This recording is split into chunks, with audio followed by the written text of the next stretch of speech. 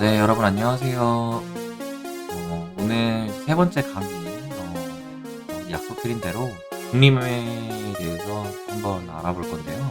원래는 사실은 이제 이 복리매매가 무엇인가에 대해서 사실 이걸 제일 먼저 했었어야 되는데, 순서가 좀 바뀌었습니다. 그러니까 사실 중요도로 따지면, 그것도 정말, 영수기로 진짜 제일 중요한 거라고 생각해서, 따로 지금 세 번째 이제 강의하는 거니까, 여러분들 잘 듣고, 한번 생각해보고 매매하는 도움이 됐으면 좋겠습니다. 일단 여러분 우리가 이제 복리매매를 먼저 알아보기 전에 우리가 하는 매매가 뭔지를 먼저 좀 알아야 될 것 같아서 부터 설명을 좀 해드릴게요. 일단 지금 우리가 하고 있는 매매는 선물 시장입니다. 선물 시장인데요. 이 선물 시장이 어떤 시장이냐를 이제 이해하려면 먼저 선물이 뭔지를 좀 알아야 돼요. 선물이 뭔지를 좀 알아야 되는데 이제 이 선물이 뭐 누구한테 선물을 주고 이런 게 아니라 실제로 앞선자를 써서 이제 우리가 미래에 대한 가치에 대해서 거래를 약속하는 거를 선물이라고 합니다. 일명 파생상품의 일종이에요. 파생상품이라고 하는 거는 사실 우리가 이제 생각하는 현물, 우리 주식을 사고 팔고 하는 이 현물 거래, 뭐 실제로 물건을 주고받고 하는 걸 현물이라고 하는데 이 현물 거래에 대한 게 아니라 그것을 비롯해서 나온 금융상품을 우리가 다 통틀어서 파생상품이라고 합니다. 파생상품. 이 파생상품이 이제 그 중에 뭐 여러 가지 뭐 인버스 거래도 있을 거고요. ETF 거래도 있을 거고요. 펀드 얘기도 있는데 펀드는 사실 좀 논외고 그거 이제 공매수, 뭐 공매도 관련된 거래가 있을 거고요. 그리고 흔히가 말하는 우리 이제 포지션에 대한 우리가 실시간 이제 선물 거래라고 해서 선물 거래를 할 수가 있습니다.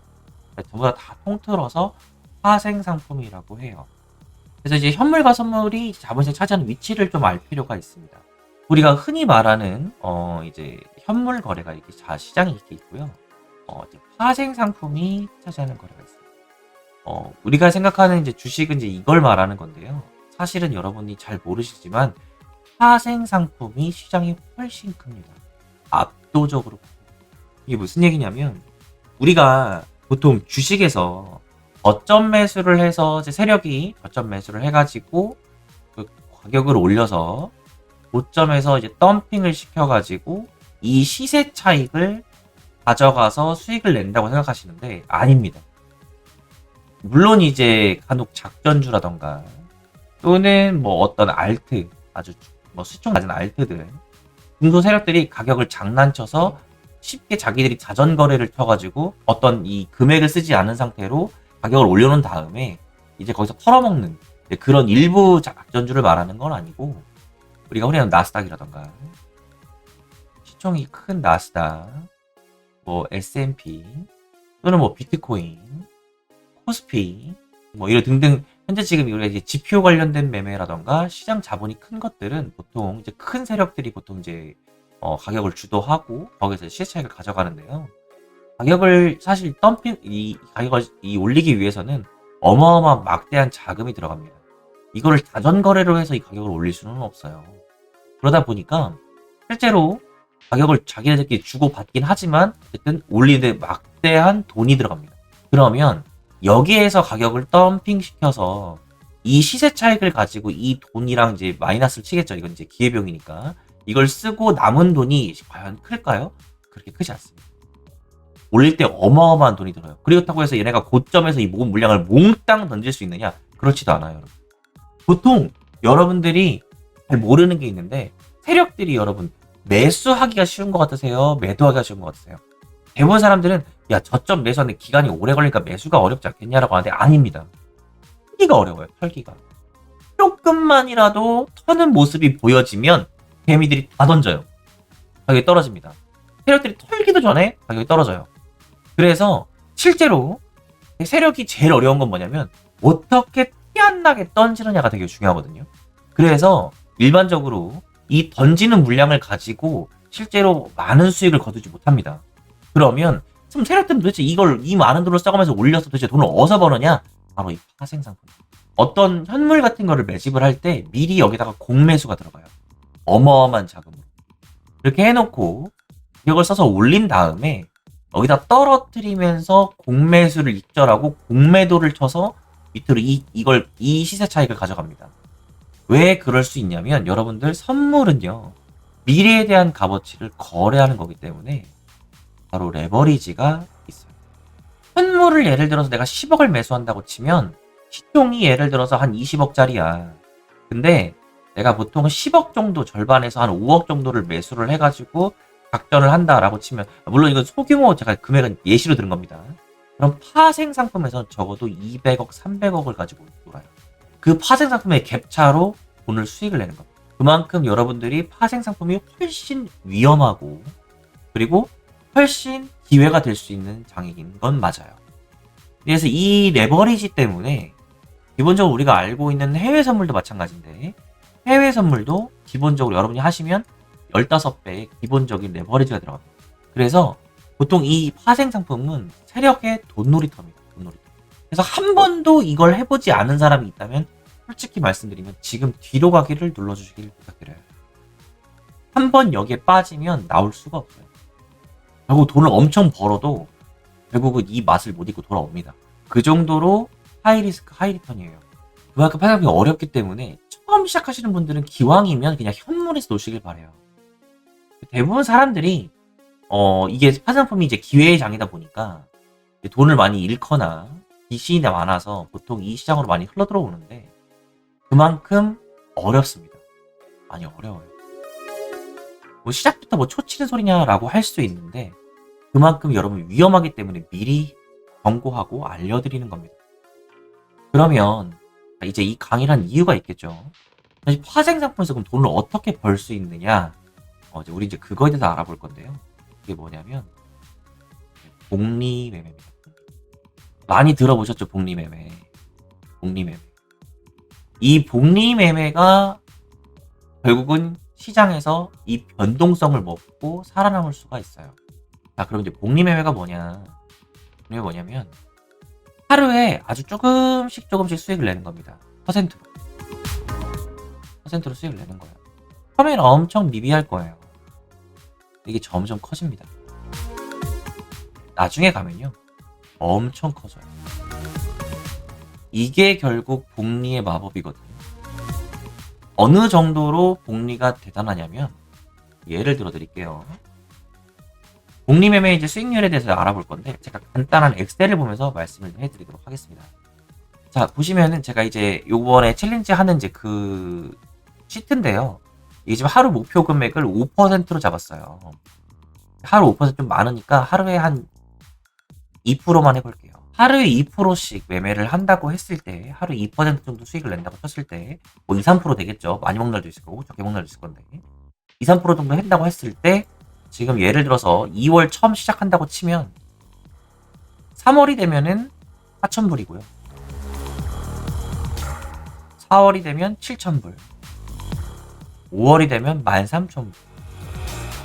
6월이 되면 24,000불. 7월이 되면 45,000불입니다. 10배가 넘습니다. 제가 지금 하고 있는 목표가 하루에 5% 매매를 하고 있는데요. 5%로 한번 계산해 볼게요. 처음엔 2,000불이지만 2월이 끝나면 10,000불이고요. 3월이 끝나면 45,000불이고 4월이 끝나면 196,000불입니다. 5월이 끝나면 거의 100만 불 가까이 되죠. 이만큼 진짜 무섭습니다. 근데 여러분들이 대부분 이걸 못하는 이유가 처음에 너무 미비해서 그래요. 5%가 대단히 엄청 큰 건데도 불구하고 실제로 5%를 올리기까지가 되게 작아 보여요. 왜냐면 2,000불에서 2,100불 가는 거거든요. 2,100불에서 2,500, 2,205불. 그 다음에 2,315불, 2,430불. 처음에는 엄청 작아 보여요, 이게. 엄청 작아 보입니다. 지금 제가 하고 있는 매매도 보시면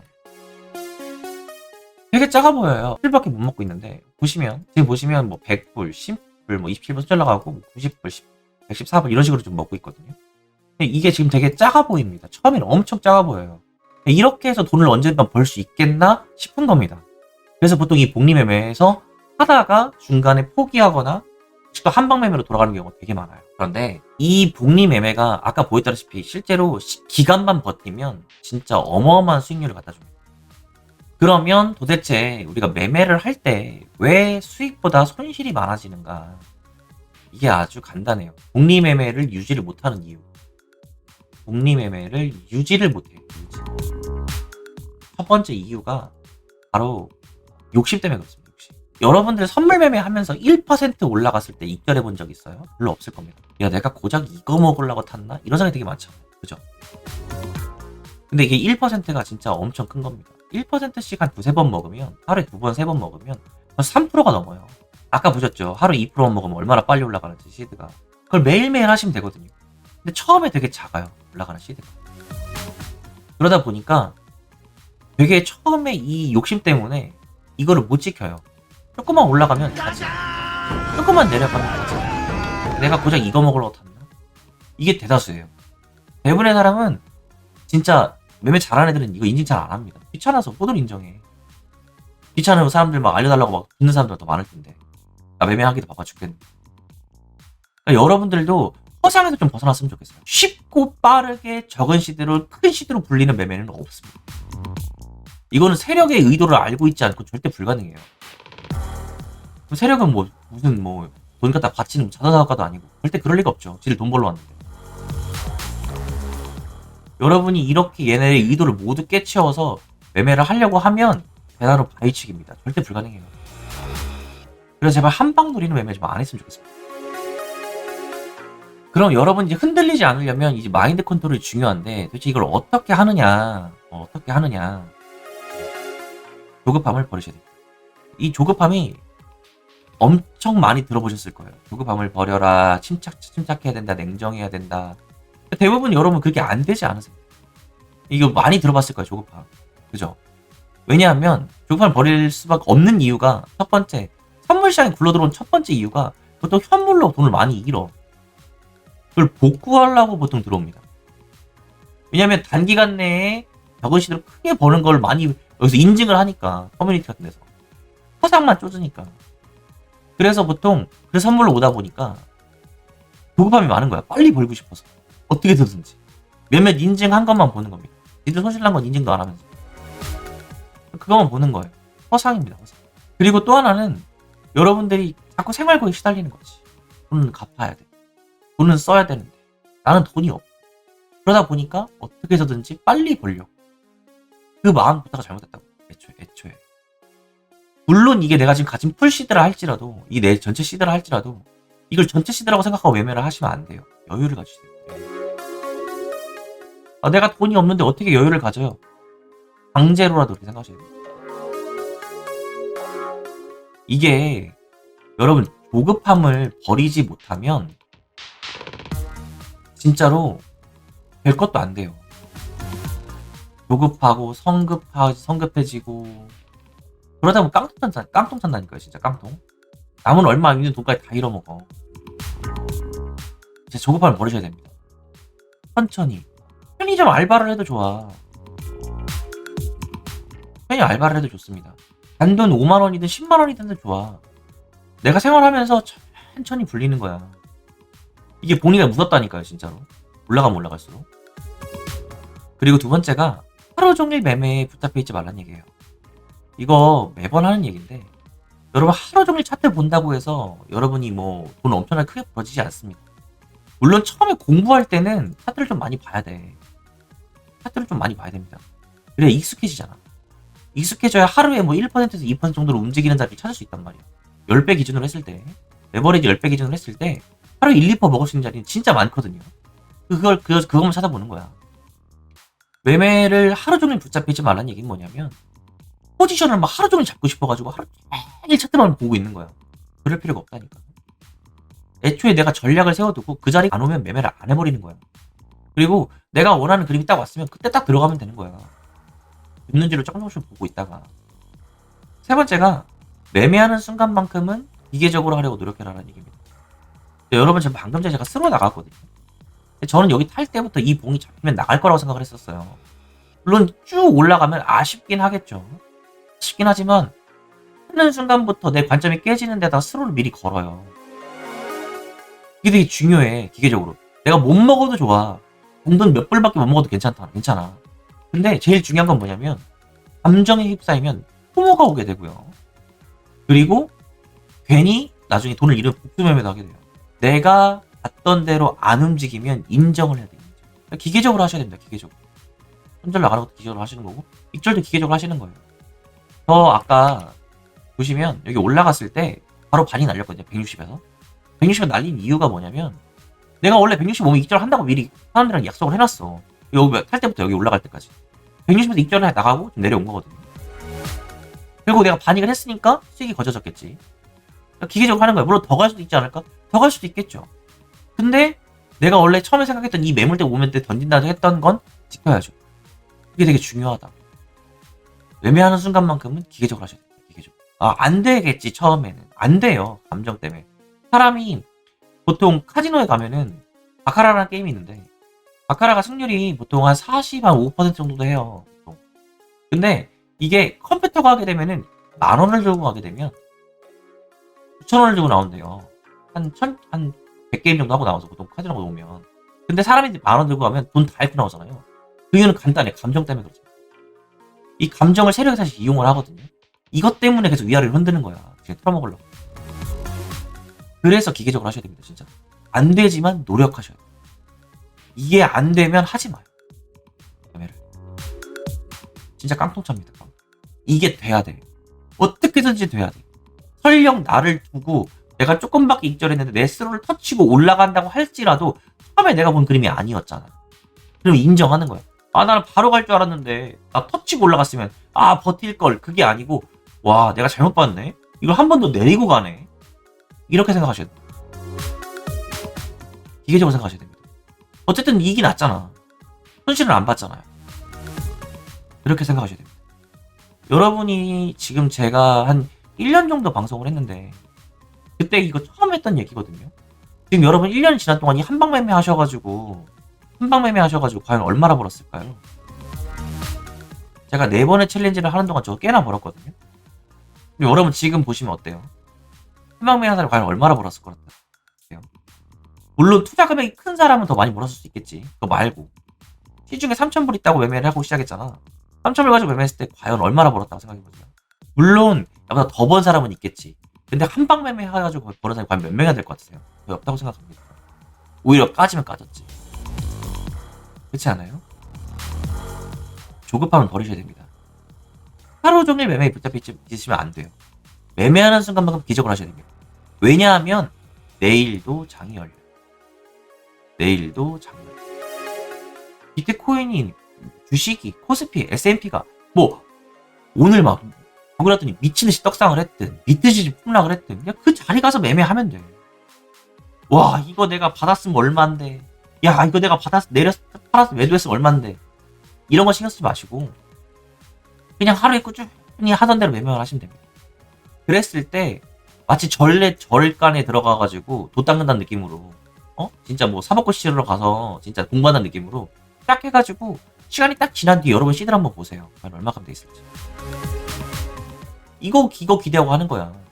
단기간 내에 이렇게 매매하시면 안 됩니다. 절대 안 돼요. 제가 재밌는 말을 하나 봤는데요.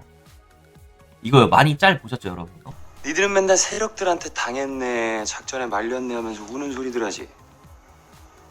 대가리 딸려서 깡통 찼다는 소린 죽어도 안 해요. 세력에게 당했느니 속았다느니 우는 소리만 하지. 대가리 딸려서 깡통 나는 건 죽어도 말 안 해. 사실 이제 인정을 해야 됩니다. 인정을 해야 돼요. 여러분이 감정에 휘둘려서 실제로 진짜 돈을 많이 잃었다니까. 내가 대부분이 어떤 물려서 크게 돈 잃었다고 하면 욕심부려서 그렇다고 내가 얘기하거든. 그래서 이걸 곡해 들어가지고 맨날 얘기를 해. 관점 틀리면 욕심부렸다고 하겠죠. 나 지금 관점 틀렸는데 전 수익이 났는데요. 얼마 조금이긴 하지만 손실 크게 안 봤는데요. 아까 손절 칠 때 크게 안 봤거든요. 욕심만 부리셔서 그래. 팔고 가겠지 하고 버티고 더 가겠지 하고 홀딩하고 그러다가 맨날 항상 크게 당하는 거잖아요. 조그마한 수익이어도 좋습니다. 손실을 최대한 줄여가면서 조금씩 복리로 올라간다면 결국적으로 여러분이 원하시는 시드를 갖게 됩니다. 시간이 흐르면. 여러분이 차트 분석 막 기깔나게 하는 어떤 뭐 유튜버 아니면 뭐 차트 분석 기깔나게 하는 뭐 리딩방 뭐 간다고 한들 내가 하나만 얘기해 줄게요. 이 사람들이 차트 100% 맞출 수 있을 거라고 생각해 보세요? 아닙니다. 100%는 없어요. 그리고 여러분이 알고 있는 유튜버나 여러분이 알고 있는 이 리딩방 사람들 중에 90%는 사기에 사기. 지들 이렇게 매매 못 한다니까. 잘 보는 사람도 많지 않아요. 진짜로. 진짜 적어. 물론 여러분들한테 뭐 이거를 뭐 누가 뭐가 됐다 못했다 이런 얘기는 아닙니다. 다른 사람도 아직 물론 있죠. 엄청 있어요. 근데 이제 이런 거를 제가 말하는 건 이용을 하셔야지. 뭐 예를 들어서 내가 매매를 하는데 뭐 여기서 얘가 이만큼 올라간다고 했으니까 여기서 잡아가지고 여기까지 가져가야지. 틀리면 그렇게 매매하시면 안 됩니다. 이 얘기를 꼭 해드리고 싶었어요. 오늘 강의는 이제 복리 매매에 대해서 아마 알아본 건데 매매의 어떤 기본적인 틀에 대해서 얘기한 거예요. 틀. 여러분들도 저를 포함해서 뭐 유튜버가 됐던 뭐 아니 뭐 관점 분석가가 됐던 어떤 사람이 됐든 뭐가 됐든 간에 여러분들이 꼭 그 사람하고 사랑에 빠지지 말라고 하잖아. 내가 항상 이용하시면 됩니다. 이용하시면서 냉정하게 여러분 시대를 복리를 조금씩 돌려가시면 돼요. 그럼 여러분 결국 승리한다니까. 그거밖에 방법이 없어요, 여러분. 진짜로. 제가 여태까지 11년 동안 매매하면서 느낀 거야, 이게. 저 때는 누구 가르쳐준 사람도 없었습니다. 아무튼 오늘 강의도 여러분들 도움이 많이 됐으면 좋겠다는 마음으로 만들었는데, 이게 사실 매매의 기초예요. 기본입니다. 매매의 틀, 기본이에요. 그러니까 여러분들도, 잘 한번 생각해 보시고, 되게 이기적으로 매매를 하셨으면 좋겠습니다. 시청해주셔서 정말 감사드리고요. 오늘 강의는 여기까지입니다. 여러분들의 계좌 잔고가 계속 우상향 할 때까지 저도 최대한 아는 한도 내에서는 다 아는 건 다 알려드릴 테니까 여러분들 궁금한 거 있으면 언제든지 물어보시고요.